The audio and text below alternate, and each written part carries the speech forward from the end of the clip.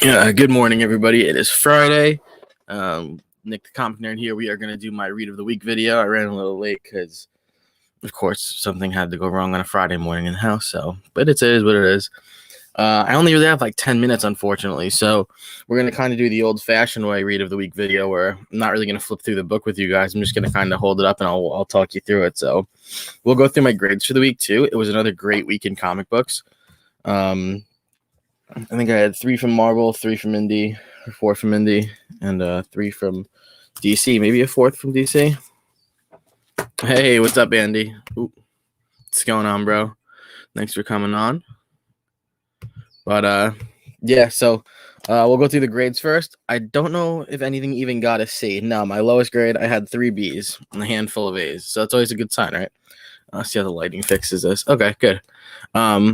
MODOK Head Games Book 4. This is the Patton Oswalt series. This was the finale.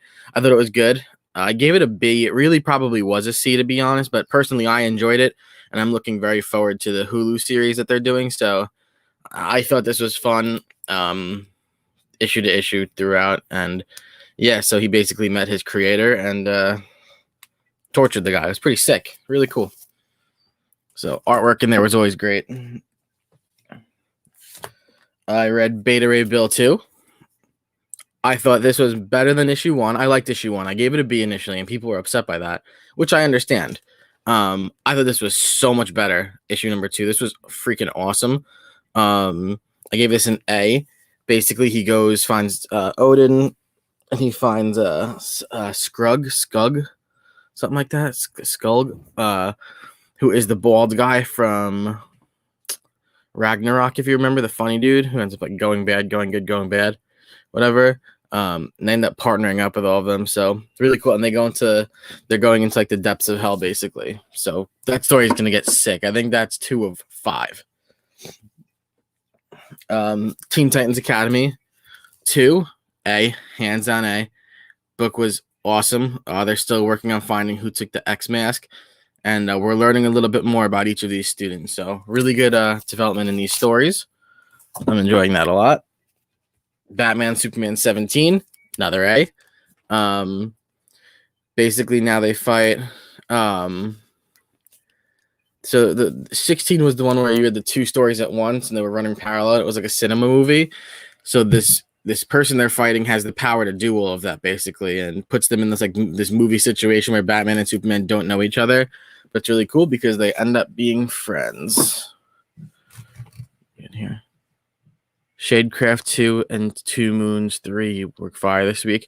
I never got into 2 Moons, which is kind of disappointing. And I want to say my LCS doesn't get Shadecraft, to be honest. They're not like huge on indies. So it makes it kind of difficult, kind of upsetting too, because there have been a bunch of books I've wanted, like issue 2 of, and he's like, oh, I didn't sell enough of 1, so I won't get 2. And I'm just like, all right.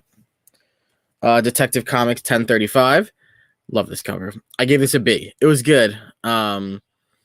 Basically, they found a missing girl. Batman found her dead, and now they're kind of trying to plant it on him. There's like a few new characters in there. Vox Machina 2, issue 2. This was freaking awesome. A, hands down. They end up going into that fighting tournament, into the fighting pit, and they end up winning a handful of them, and it goes back and forth. But it's really cool because each character, you kind of see their powers and where they're heading, or what their abilities are, I should say, because they don't all have powers, but really awesome, super funny again. So, jeez. We had David Byrne on Killer Comics last night. Guy from Scout Comics, writer of Stake, was on with us. Yeah, dude, I joined in the middle of that video. I ended up watching I think I watched it for like 15 minutes while I was at work, and I ended up, having to end up going back and actually doing work, unfortunately. So, but yeah, I watched a handful of that, dude. That was an awesome video. I love how Attention Seeking Geek got all dressed up.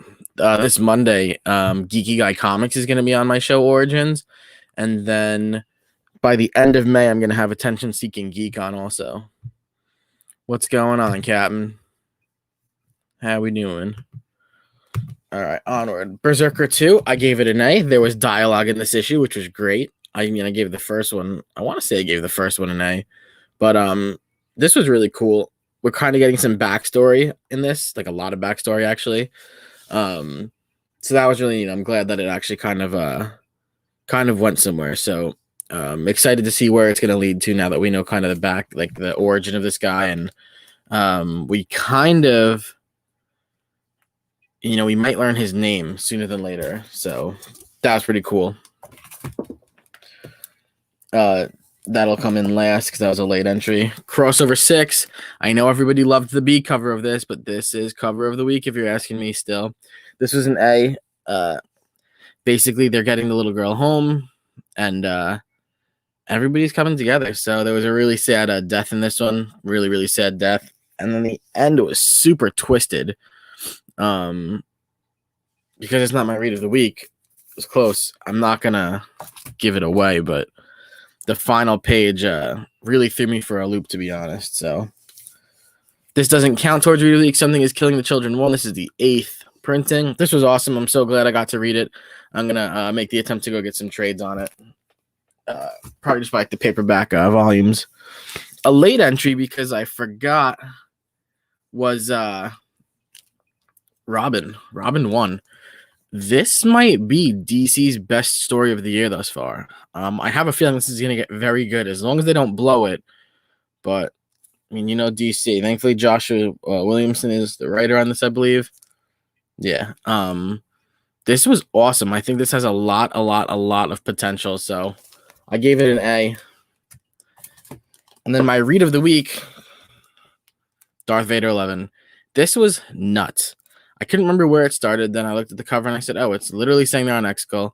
So if you guys remember in episode 9 of the Star Wars series, they go to Exegol, which is where they find those like chambers with all the extra Snokes in it, like the clone Snokes, which is exactly what they have in here. And Darth Vader is going and looking for Palpatine.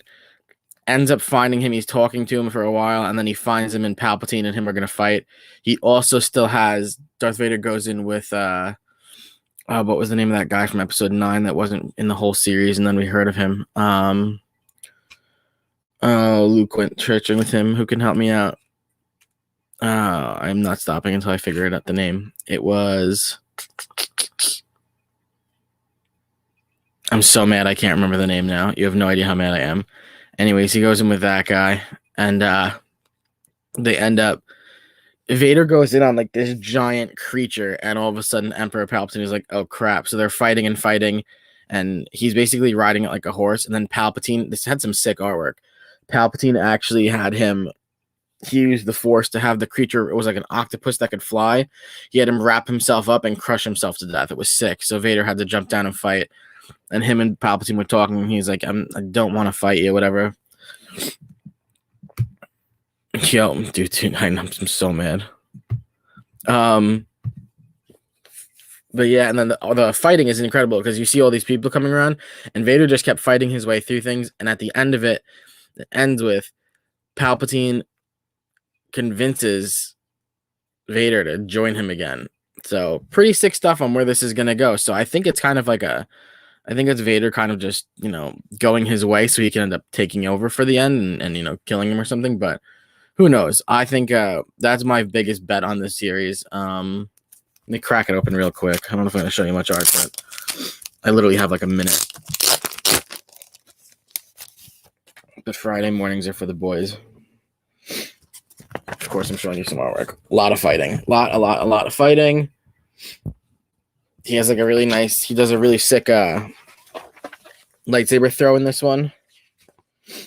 Oh, they also find out that on Exegol that the Kyber crystals, which are what make lightsabers, you find out that that's from Exegol, and that all you need is a huge piece of it, and all you need is a little shard to get a lightsaber going. So pretty cool. Let me just see. I'm looking up that guy's name because I'm so mad. I thought he was so cool. Ochi. I'm mad I couldn't remember that. But yeah, so this is what he ends up flying in on. And then, like I said, Palpatine crushes it with himself. He uses the Force. So really cool series. This is getting so much better and better and better. This is a great picture. So those are the kyber crystal. That's the giant kyber crystal that runs the lightsaber. So that's really all I got for you guys today. I literally have to run out of here, but that's okay. I hope you enjoyed the read of the week. Let me know what your read of the week was. I'll post it on Instagram, and then I think that's all I got. So enjoy your weekend, enjoy your Friday, stay safe, enjoy your comic books. Thanks for coming and hanging out, guys. I really appreciate you guys. Cap and Perpetual and Burrito, thanks for hanging out. Sweet dude. I'm glad you got him. That's funny. What was her birthday yesterday, bro? You gotta let her have something. All right, guys, enjoy. Catch you later.